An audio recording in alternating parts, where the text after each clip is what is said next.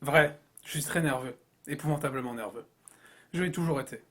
Mais pourquoi prétendez-vous que je suis fou? J'ai entendu toutes choses du ciel et de la terre. J'ai entendu bien des choses de l'enfer. Comment donc suis-je fou? Attention, et observez avec quel calme je puis vous raconter toute l'histoire.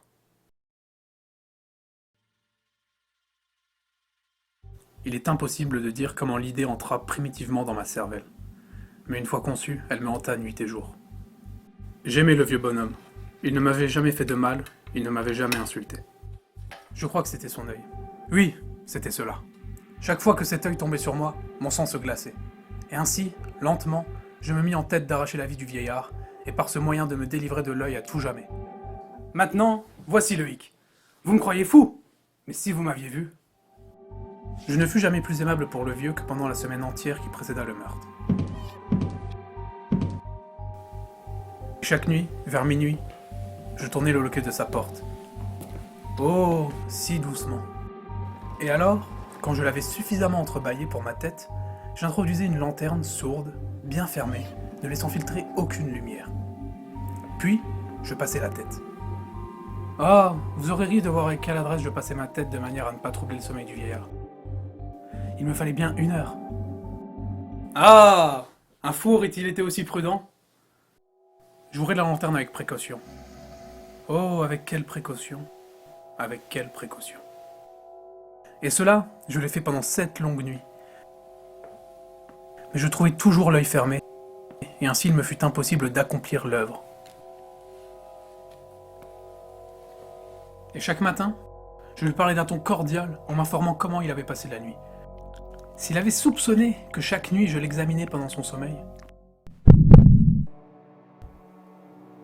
je mis encore plus de précautions. Jamais, avant cette nuit, je n'avais senti toute l'étendue de mes facultés.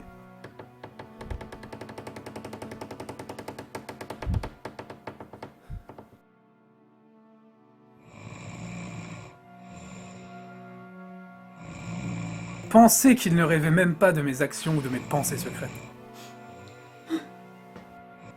Qui est là? Je restais complètement immobile et ne dis rien. Pendant 1 heure entière, je ne remuais pas un muscle, et pendant tout ce temps, je ne l'entendis pas se recoucher.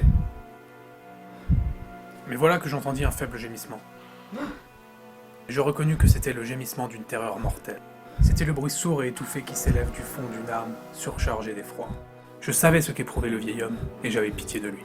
Je savais qu'il était resté éveillé depuis le premier petit bruit, quand il s'était retourné dans son lit.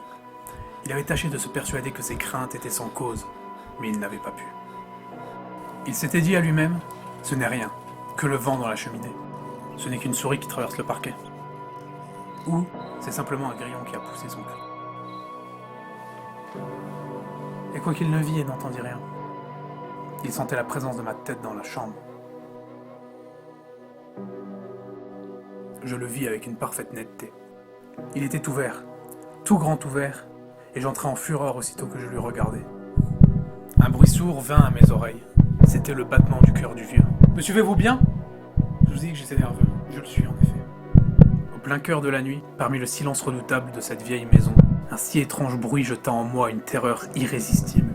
Pendant quelques minutes encore, je me contins et restai calme. Mais le battement devenait toujours plus fort. Je croyais que le cœur allait crever. Le bruit pouvait être entendu par un voisin. L'heure du vieillard était venue.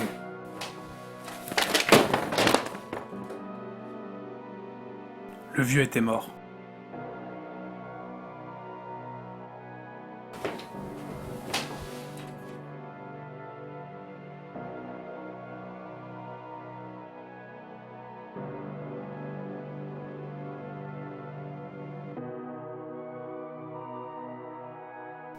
Aucune pulsation. Il était roi de mort. Son œil désormais ne me tourmenterait plus. Si vous persistez à me croire fou, cette croyance s'évanouira quand je vous décrirai les sages précautions que j'employais pour dissimuler le cadavre.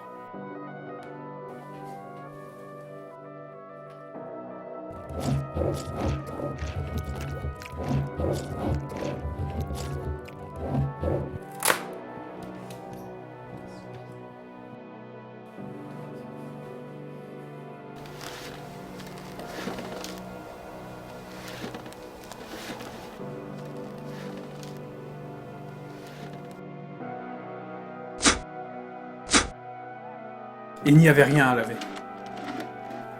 Pas une souillure, pas une tache de sang. J'avais été trop bien avisé pour cela.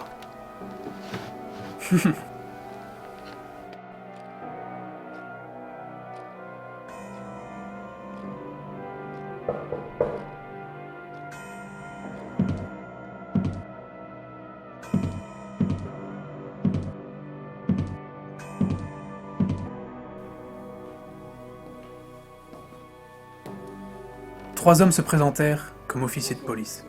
Un cri avait été entendu par un voisin pendant la nuit. Qu'avais-je à craindre? Le cri, dis-je, c'était moi qui l'avais poussé dans un rêve. Le vieux bonhomme, ajoutai-je, était en voyage dans le pays. Je les invitais à chercher, et à bien chercher.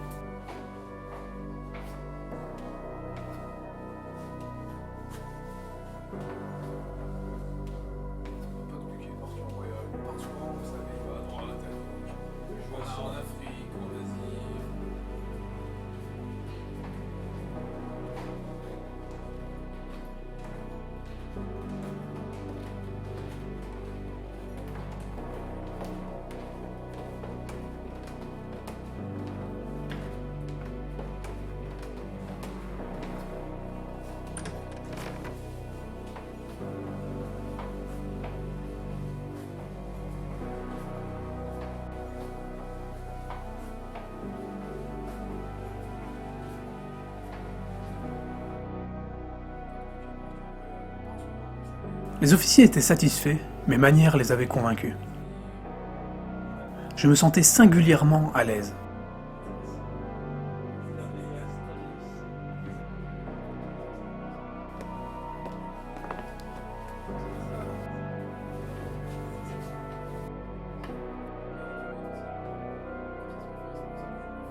Mais, au bout de peu de temps, je sentis que je devenais pâle et je souhaitais leur départ. Ma tête me faisait mal et il me semblait que mes oreilles me teintaient. Tant qu'à la fin, je découvris que le bruit n'était pas dans mes oreilles. Pourquoi ne voulait-il pas s'en aller? Il devenait plus fort, toujours plus fort. Était-il possible qu'ils n'entendissent pas? Il se faisait un amusement de mon effroi. Il savait! Je ne pouvais pas supporter plus longtemps ces hypocrites sourires. L'entendez-vous? Misérable, j'avoue la chose. C'est là! C'est là! C'est le battement de son affreux cœur.